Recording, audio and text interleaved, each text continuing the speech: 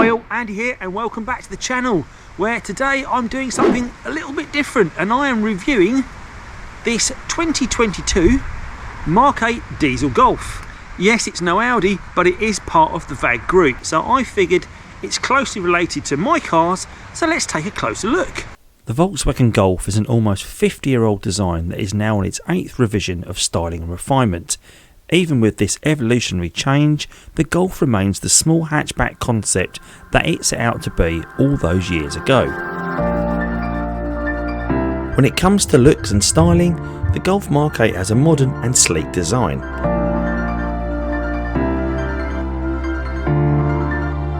The back of the car features narrow taillights, and the boot handle is neatly disguised as the VW badge. Keeping the back end tidy, the exhaust tips are hidden behind the diffuser.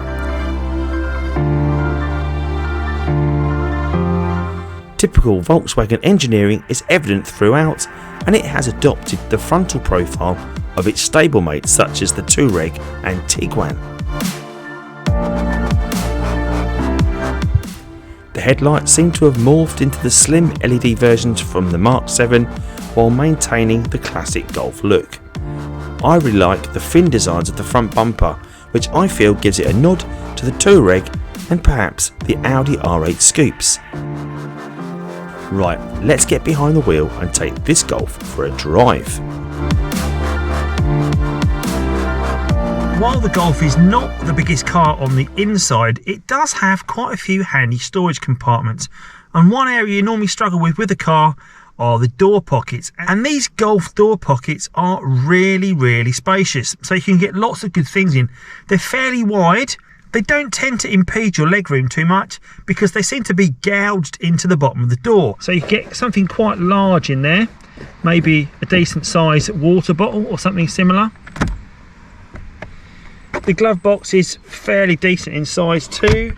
The centre console's got some nice recesses. The drinks holder, well, it's a drinks holder, but this is one really nice feature, is the armrest. You pull it up, and while it's not the biggest of areas inside, what I do like on this is no matter where you put this armrest, it will sit and not move. So you don't have to worry about flinging it open and it flapping shut on you. I do like that. You can actually hear the ratchet inside of it. The recesses in the back, not huge, but they are sloped, so they do make sure everything you put in the back ends up in the middle. You've also got the rear seat pouches. What I like about this car is there's no arguing for electrical connectors. There's USB-C, there's 2 sockets here in the back, so the kids can get to those nice and easily, whereas in the front you've also got 2 underneath the dash. So with this car, USB-C seems to be the preferred method of charging. Open this boot. The boot is a fairly decent size for the size of the vehicle, but what I really like about this is the accessible ski hatch in the rear seat, which I'm going to show you now. So here's your ski hatch, which you can undo, press forward, and then you're inside the car. With most ski hatches, they seem to be fairly small, so you can't get anything bigger literally than a pair of skis through, but this one seems to be quite long, so if you're carrying any DIY materials, wood, tools, anywhere around, they should fit through there quite easily. For me, I'm going to use it for my hockey stick, so let's try that now. Here we have 2 typical hockey sticks, and will they fit in the Golf? Well, that answers that question. They fit nice and easy, so I can put these in either way, right through to the front. With those in the boot, the end of my sticks are literally level with the backrest of the front seats, so it's not impeding anything towards the front. So if you too are an ice hockey player, you can rest assured the Mk8 Golf will take your sticks easily. So here we are, sitting stationary. Now the seating position is very good. I've got good access to all of the controls in the daylight. It's a start-stop car, so when I am looking to start the engine, quickly press the button, it comes on, and obviously press the button to turn it off once again when you're finished. However, due to the anti-carjacking in the car, the doors remain locked when you are stopped. So if anyone tries to get in the car when you're stationary, they can't do so. Bit of a pain if I pull up to the station to pick up the kids, because I pull up, turn the car off, they come running up to the car and they can't get the doors open. So I have to remember now to press this button. Now it's easily accessible. That might be a bit of a bonus for most people, but for me, it's one of my negative points. I do like the steering wheel. It's quite a small steering wheel in comparison to modern cars, but all of the controls are easily accessible from my thumbs, so I can get to most things. Now there's an awful lot of them on here, so it will take some learning, but it does interact with the dash very nicely. Some of my negative features are the climate control. Now it's on a touchscreen button just down here, which I will show you, and once you're into it, there's lots of quite small menu items on the LCD screen. Now that's great if you're stationary and you're setting up your air conditioning, but if you're driving along, the window starts steaming up and you need some air quickly, it's a bit of a pain because you're taking your eye off the road. There's no dials as such to remember or easily press buttons. Think of it like your phone if you're typing a text message. Because the symbols are so small, you have to be really careful. One feature I'm not particularly impressed with on this car is the lights and their behaviour when you stopped. On my previous car, when I'd approach the car and press unlock, the headlights would come on, so it lit up the area around you. With this car, if you press unlock, very little happens. The only way you manage to engage any periphery lighting, of which there is plenty, is by physically opening the door handle. At which point the door handles light up, nice feature, but as you've now found the door handle, do you need to see it? There's also a handy feature to light up the floor from the downward projecting lights on the wing mirrors. They project a very interesting spotty pattern. Now the car is very fuel economical. Being a diesel, I thought it might be a bit more thirsty, but I have achieved 60 miles to the gallon taking this to work.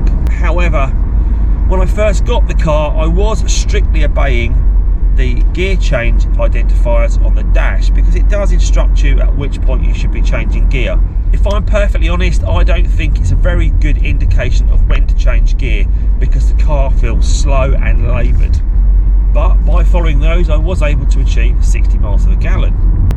For example, I'm currently sitting behind some cars that are driving particularly slowly, and while I'm a decent distance behind them, to keep up that momentum, it's telling me I should be in 5th gear, and I'm actually sitting in 3rd. If I change that down to 4th, with these cars, I am struggling to, if they pick up any speed, stay with them, and if I put it into 5th, well, the car is vibrating to the point that it feels like it's going to stall. So the gear suggestion on screen is one of my things I don't like about the car. Now it is a wet day today in the UK for a change. I say for a change because we've been in a really dry spell recently, but I'm driving on wet, greasy roads and the car feels on these small country lanes with their tight bends very sure-footed. So that's a plus point. The car does feel well balanced. Ride comfort, well, I think it's pretty good. I say these lanes are quite bumpy, and in previous cars when I've been riding these bumps, things are rattling in the cabin. There's no rattle here. The ride feels nice and smooth, and I'm not being thrown around in all the corners. Now this car does have lane control, and I find on some of these country lanes, at times, it tries to fight me when I'm actually driving in a straight line. I felt it then, I've gone around a slight bend and it's suggesting that I almost go straight on at that point when really I should be steering around it. So I find that a bit of a bizarre feature and one that's potentially dangerous. Driving on the motorway, it's very sure-footed, the ride quality is really good, it's very comfortable.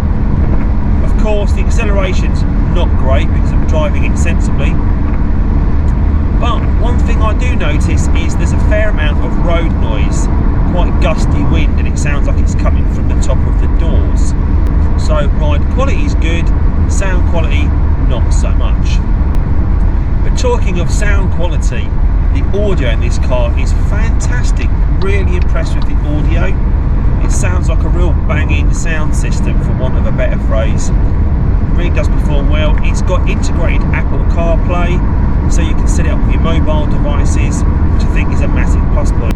So here is my top 5 things I think are good on this car, and the top 5 things I think are bad with the car. I like the internal storage capacity, the fuel economy, the glass dash with lots of features, the handling and the comfort. What I did not like was the fiddly AC controls, the sluggishness, the the lack of lights when unlocking the car on the remote, the forceful wandering from the steering assist on country lanes, and the gear selection suggestion, which I felt left the car labouring, if economical. So if you like what you've seen today in this video and you feel this guide has been helpful, then please do give this video a thumbs up and think about subscribing to my channel, where you'll find a whole host of content on mainly Audi TTs. As always, thanks for watching and see you soon. Take care.